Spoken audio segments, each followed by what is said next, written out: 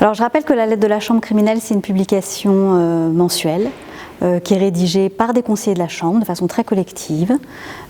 C'est une façon de présenter des arrêts de façon claire, simple, synthétique, mais précise.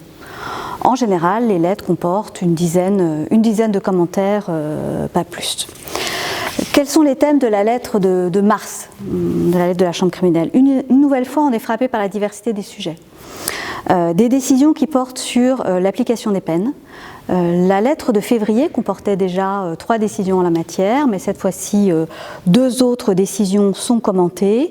C'est une illustration de l'importance de ce sujet, qui est un sujet qui bouge, qui est un sujet qui relève de la confrontation entre le procès pénal lors duquel une personne est jugée, condamnée, et la réalité d'une situation, puisqu'on traite de la mise à exécution effective de la peine, cette exécution mettant en jeu des intérêts de la société, de la victime, mais aussi de la personne condamnée.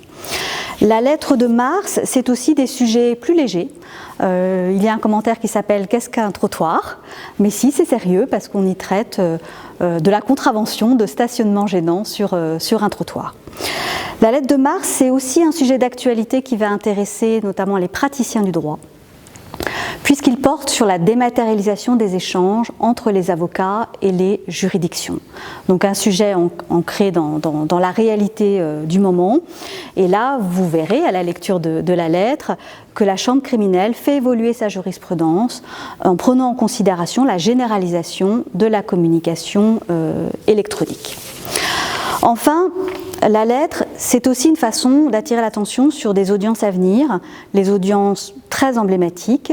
Et là, dans cette lettre de mars, nous annonçons une audience qui va se tenir en mai, qui va être tout à fait majeure, puisqu'elle traite de la question fondamentale de la conservation générale des données de connexion et de leur accès par l'autorité judiciaire. Est-ce que ce droit français, tel qu'il est ou tel qu'il était, parce que pour une part il a changé, est conforme au droit de l'Union? Et s'il ne l'est pas, le cas échéant, quelles sont les conséquences sur des procédures pénales en cours? Enfin, la lettre, c'est un édito qui change tous les mois.